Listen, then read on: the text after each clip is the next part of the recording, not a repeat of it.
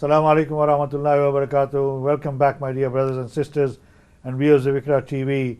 We've been talking about Muslim sisters in prison, Muslim women who have committed a crime and have gone through the CJS system and have ended up in a prison custodial sentence, how they are first of all treated by the prison service itself, the institution, and then secondly how they themselves sort of navigate themselves as human beings. But thirdly, and much more importantly, what happens to them when they are about to come out. And Sophie was talking about the issues about post-release, and as we were going to break. Now obviously that is a major issue, isn't it? So you've gone into prison, you served your time, you're coming out. Now if there is no relationship being developed between going in and coming out, it must be absolutely traumatic. Now I know on the day when this report was launched, you showed a film, and there was a mother in the film who was very powerful in her testimony to say, yes, my daughter has committed a crime, but I can't just throw her away. Yeah. I have to show her support. And I think, as you said at the beginning, Allah forgives for even minor and major sins, so why can't we? So when these women come out of prison, what are the challenges that they face? What are the issues that they have to confront with that need to be in place for, maybe in place for others, but not for the Muslim sisters? I think it's a very real discussion around where they're returning back to. And for a lot of women in prison, that remains quite a hazy spot. They're not really sure, am I going to be allowed to come home, or am I going to be allowed to go back to the same community? What will be the risks? Now, I know we had one sister who actually was in a bit of a dilemma because her family were quite accepting of her returning, but she felt that if she went back to the same community, that her children and her marriage would be impacted. So sometimes it's not even the family that you're just taking into consideration, it's a wider community and allowing your children to move on as well. You have to understand that the trauma is not just for the women, there's a very real transference of trauma onto children as well. This is something we've discussed in the report. What are children told when their mothers go to prison? Because there's a bigger silence around things. So women are very, very mindful of their children. They consider so many factors. Is the family going to be okay? Isn't it? Do I think it's the best thing for me to go back to the family, to the community? So there's so many dilemmas, and part of our work 6 months prior to release is working with these women in prison to think through the very real issues of, like we said, shame, dishonor, stigma, how it plays out, their future life, what they see themselves doing. Will they be working? Won't they be working? Where will they live? With a family or independently? So it's really looking at them very real challenges and being very realistic. And for some women that can mean relocating. And if they're relocating, then they need our support to relocate and totally start again, which can be quite daunting in itself.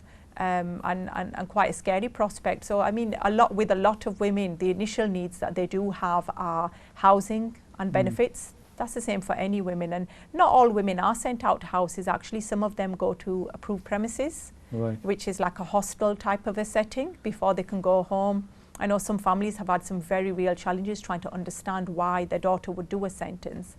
And then the female family member wouldn't be able to come home. She'd have to go to a hostel. And I know there's instances where we've had to explain that. So they're the very real challenges for women. Mental and emotional well-being is also a very big challenge. Well, it must be, yes, it must be. Of course, especially when you've spent your sentence internalizing everything that has happened, because you feel like you can't talk to anybody. And some of them, you have to understand, a lot of these women have, as identified in our first research, very traumatic backgrounds where unfortunately there have been instances of domestic violence, coercion, manipulation, sometimes by families, sometimes by men. So they already have that pre-incarcerated trauma, and then the trauma of being in prison. And yet we come from cultures where we're told, don't talk about it, don't speak about it. If you talk, think about the consequences on your mother and your father if you disclose DV. Like I know some women that were actually foreign national women that had come over, Pakistan, India, had very traumatic lives, and they'd suffered domestic violence, or partners who really didn't want to be married to them and ended up in an arranged marriage, a forced marriage, however you'd like to call it. And these women had to just abide by the rules of the house and felt very much in the way, but had told to be silent and said, think about your family back in Pakistan and India, think about your children. So a lot of these women have quite often said that they have had to self-sacrifice a lot you know, as a Muslim woman, you're the one that will always be blamed, even if you do disclose It somebody. goes back to the point of Ishtiyaq and you made it, that men can get away with, Yeah. I mean, figuratively speaking, murder sometimes, don't Yes, they? yeah. And they're yeah. accepted. In some Mm. cases, it's become a badge of honor in some. Yeah. Unfortunately, you know, and we as a Mm. Muslim community need to seriously think about what's happening with our young people Yeah. and the prison population that we have. You know, a huge amount of Yeah. Muslims in prison. But I mean, Ishtiyaq, this then leads me to this question about, we have this unfortunate situation where women are ending up in prison. In some cases, the families are welcoming them back. Some cases they are not. In some cases, the communities are accepting them back to a certain extent. But the institutions, I mean, our institutions are the mosque. They're supposed to be the font of where things develop and grow, and you know, communities are organized. What work is happening with the masajids, as you mentioned earlier, the faith leaders, around this particular issue about women in prison? I mean, men in prison as well, but let's stick to women in prison at the moment. Is there any real development taking place? Generally, no. Right.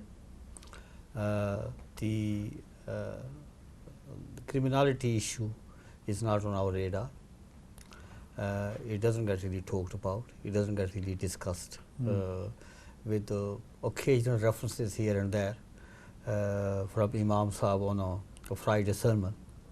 But that is mostly in the context of how we are being led astray, led away from faith. One of the most worrying aspects of this is that we as a community collectively, and including our faith institutions, we have really no understanding of how criminal justice set up in this country actually works. Okay, how the prison works, how the court system works, the role of CPS, the role of defense, all kind of things. We have no really understanding. We as a community are not actually engaged with it at all. Yeah, okay. Now that then carries on. There's no understanding of how the process and protocols when these women actually leave prisons. You know, the role of probation services, the safe houses, the licensing conditions. There's a kind of it's a very complex bureaucracy and protocols that actually are involved, and there's no really understanding of that one. So if we and that to me means that actually we are not at all engaged as a community. Okay, and that also applies to our institutions and our leadership.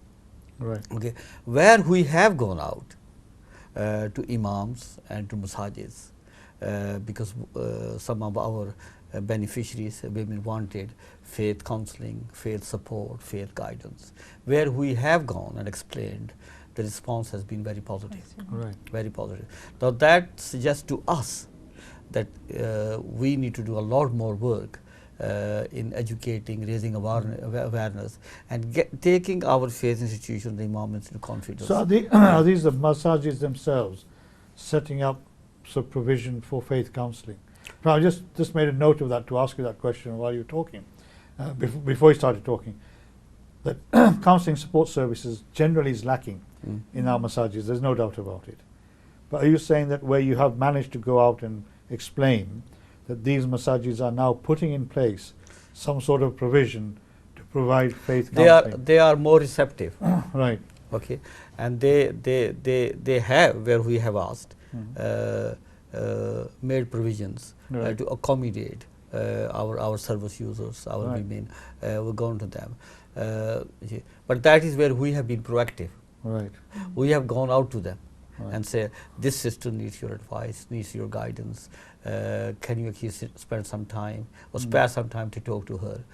Imams and alamas have been accessible, supportive, supportive. So it's about us being proactive, but also I think the masajid is also taking responsibility and ownership, that they need to actually put this as one of their priorities in terms of when they're looking at provisions of services and facilities for community. Right. This has to be one of the major areas.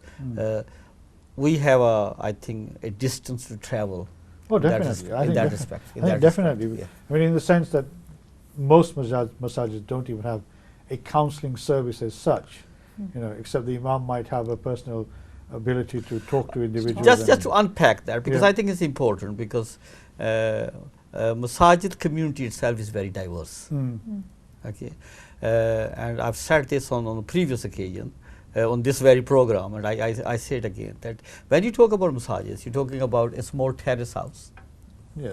to large large purpose-built. institutions, yes. Yeah, so there The are res- issues. resource issues. Yeah, there are issues about resources and management and space and that kind of thing. But some of the larger massages who are purpose built, have space, have resources, have staffing, have volunteers. I think they could do a lot more. Excellent point. Coming back, I mean, you said in the prison service itself, Yeah. when women go in and maybe wanting to renew their faith or strengthen their faith, Yeah. you know, is the provision now developing, in your view, having worked in there, that is going to happen, or does the community need to do something to try and provide that service within the prison I think service? it's a mandatory service within prisons that there Right. has to be a faith chaplain there and a faith representative from all faiths really. So that is in place. Sometimes women choose to do that on a personal level where Right. they may not need the faith chaplain to do that, and what we find is, and I find a lot quite when I'm visiting the cells, quite often you'll find a woman who's reading a Quran Park or reading a namaz, and it's a very personal one-to-one relationship that they're building with God With there. Allah. Yeah, and it's Right. and that's very again, I think that's about mitigating a lot of the mental and emotional anxiety and maybe some of the disparities that they see between their cultural acceptance or lack of acceptance culturally with their faith acceptance. So their faith tells them one thing and their culture tells them something different. And we found that women were saying that their experiences were very different. So then they do cling on to Allah Ta'ala and think, well, this is what I've been taught. It does say Allah Ta'ala forgives. I am worthy of forgiveness. I don't need anybody else's forgiveness. This is where I need to make my amends. So sometimes I find women want to do that on a very personal one-to-one Right. basis privately within their rooms. Right. Because you have to understand that sometimes where the women are based, it's a real mix of women on the wing. There might be the only Muslim woman on that wing. Oh, definitely. And, And that, with- that in yeah. itself is a huge Oh, challenge. there's challenges. It must There's be. And challenges. I was yeah. thinking about this when I was sat in the audience thinking, how in the world would they cope Yeah. with the situation, you know, like that? And if you're buddied up with another woman who is not a Muslim woman and you have to pray 5 times a day, I've you know Yes. even seen situations where actually sometimes the other inmate can become quite aggravated, and why are you Yes. shuffling around at this hour Right. and why are you, so it's about raising that part of our job is about raising that with the officers and saying, can this woman be put in a cell on her own, or she needs to pray, she has to do this 5 times a day without disturbing. And you know, even the concept of Islamophobia and what goes on in the media is very easily transferred Oh, it is, into and I think as prisons. Ishtiaq says, you know, society is reflected in there. Yeah. Brothers and sisters, we've come to the end of the program, unfortunately. Like every week, when we're really getting into the subject, we have to come to the end. This is an issue that not many of us have thought about, even is not even on our radar, as Ishtiaq used the term, but it is a real issue that affects us. I hope you've enjoyed the program. I hope you found this really interesting. I hope it's challenged you in what you need to be doing. Let's hope, inshallah, that Allah gives those who are in prison strength, renew their faith, and that the institutions and people like us do something to try and provide some level of support and understanding to the plight of these women. They've committed the crime, they've done their time, we need to forgive them now. Hope you've enjoyed the program. Inshallah, I'll see you next week. I'll be talking about Hajj and doctors who go there and provide free medical care and attention and services to the Hajjis. Inshallah, I'll see you next week. Take care. Assalamu alaikum wa rahmatullahi wa barakatuh. May Allah protect you and me and everybody else in this Muslim Ummah and the rest of humanity. Take care. Assalamu alaikum wa rahmatullahi wa barakatuh.